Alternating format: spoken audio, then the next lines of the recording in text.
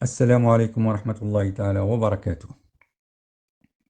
Alhamdulillah wa salatu wa salamu ala Sayyidina Muhammadin wa ala alihi wa sahbihi ajma'in. Amma ba'd. Il y a une question qui se pose en ce moment. Est-ce qu'on a le droit de suivre un imam par la radio, la télévision et les moyens de communication pour faire les prières de Tarawih pendant le mois du Ramadan? Dans de telles questions, les gens ne sont pas interrogés sur leurs opinions, mais plutôt sur le jugement de la charia qui est prédominante des opinions et des avis. Le fait de dire que cette question a été traitée par les Malikites n'est pas né aujourd'hui, ce n'est pas vrai. La question est d'aujourd'hui et nos anciens savants, as-Salaf Salih, ne l'ont jamais connue. Au contraire, cela ne leur était pas venu à l'esprit. Que la prière serait transmise via des satellites et des réseaux sociaux pour que les gens puissent la faire en restant chez eux. Mais nos anciens savants ont traité la question de la prière qui pourrait y avoir entre celui qui prie et son imam dans un seul emplacement et au même moment. Étant donné que cette barrière ou cet obstacle est une chose qui ne peut pas être soulevée.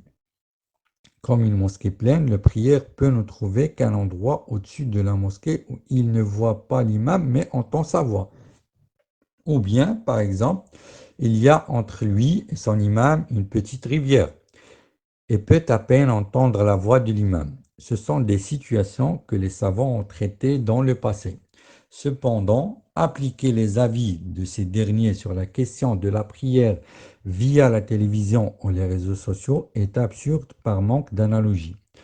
Quant à dire à ce sujet que les Malikites ont traité cette question actuelle est tout à fait inacceptable. Cependant, Cheikh Lin nous avait donné une fatwa sur ce sujet, où il a dit وَتَرَوِيحٌ وَانْفِرَادٌ بِهَا إِنْ لَمْ تُعَطَّلِ الْمَسَاجِدُ. Et prier Tarawih seul si les mosquées ne peuvent pas être ouvertes. Autrement dit, chacun prie Tarawih chez lui tant que les mosquées sont fermées. Et il n'est pas nécessaire de prier derrière une radio ou une télévision ou via les réseaux sociaux.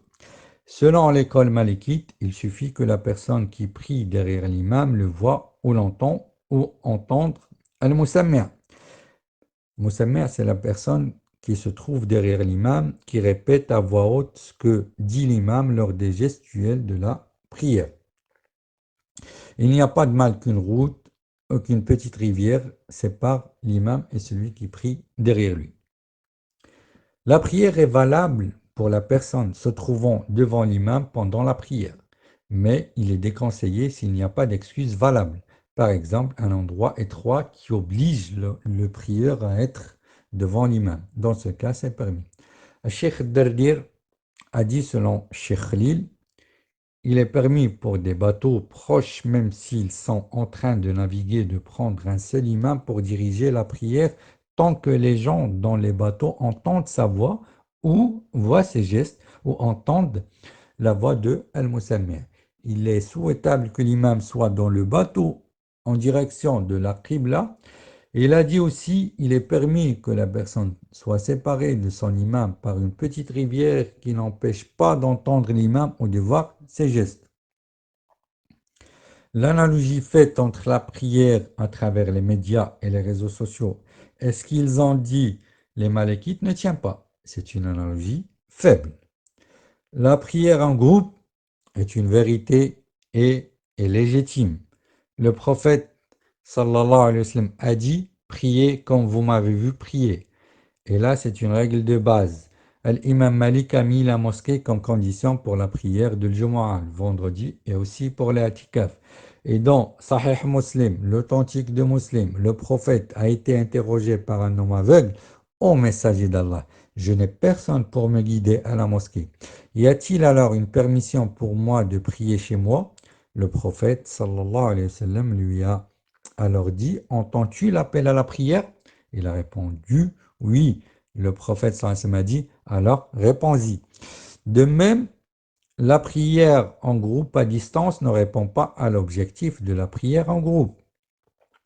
La distance viole la vérité juridique qui est exigée. Délaisser la prière en groupe dans les mosquées par la prière à distance signifie l'absence de l'objectif de la prière dans les mosquées. Cet objectif n'est pas atteignable dans la prière à distance. On sera dans du virtuel, mais pas dans la pas dans la réalité. On ne sera pas en groupe si on pratique la prière à distance. Le problème du non-accomplissement de l'imama dans la prière télévisée en raison de la distance et l'absence de l'imam, dans ce cas, l'imama est impossible et tout ce qui la suit serait impossible. Dans les hadiths du prophète, sallallahu alayhi wa sallam, il tenait à réaliser l'imama en exigeant des règles concernant l'imam et le fidèle qui prie derrière lui, en disant dans le hadith Wassitul imama wasuddul khalala, que l'imam soit bien au milieu et ne laissez pas de l'espace entre vous. Comment pouvons-nous en assurer que l'imam est bien au milieu pendant la prière alors qu'il n'est pas avec nous? En plus, la prière dépend du lieu où se trouve celui qui prie. Partout où c'est l'heure de la prière, il doit prier. Le prophète sallallahu alayhi wa sallam a dit وَجُعِلَتْ لِلْأَرْضُ مَسْجِدًا وَطَهُورًا. On m'a fait la terre un lieu de prière et un moyen de purification. Il ne faut pas que l'adorateur cherche un imam en dehors des limites de son lieu et de son temps pour le prendre comme exemple dans les prières. Certes, l'imam Malik a autorisé la prière sur le toit de la mosquée, mais après il a dit que c'est déconseillé. L'imam Malik a déconseillé à ceux qui étaient sur la montagne d'Abi Qabis pour suivre dans la prière l'imam de la mosquée de la Mecque, Al-Kaaba, alors qu'il y avait entre la montagne et la mosquée que quelques mètres. Comment pouvons-nous déduire ces paroles pour effectuer une prière de celui qui est entre lui et son imam des kilomètres? Il dit dans la Mudawwana, l'imam Malik, ولا يعجبني أن يصلي على أبي قبيس وقعيقعان بصلاة الإمام في المسجد الحرام. Et je n'aime pas que quelqu'un prie sur la montagne d'Abi Qabis en suivant l'imam dans la mosquée sacrée. L'imam al-Hattab a déclaré هذا يدل على أن لا يعجبني على التحريم. Cela indique que je n'aime pas la parole de l'imam Malik, indique que cela soit interdit. Quant à la question de permettre de celui qui prie chez lui en suivant un imam via Internet, Imam Malik a répondu en parlant des maisons près de la mosquée, dans lesquelles les gens priaient en suivant l'imam de la mosquée. Le fait que ces maisons soient proches de la mosquée est une condition de la validité de la prière. Ainsi, la maison aura le même jugement que la mosquée. Donc, tout bâtiment qui a une porte donnant sur la mosquée aura le même jugement de la mosquée qui est bien connue chez les Malikites. Ibn Rushd a dit ليس في ذلك اختلاف في مذهبنا. Il n'y a pas de divergence en cela dans notre école. L'exemple des compagnons du prophète sallallahu alayhi wa sallam est compris dans la prière de Tarawih qui priait derrière un petit mur alors qu'ils sont à l'intérieur de la mosquée et lui, le prophète sallallahu alayhi wa sallam, dans sa chambre.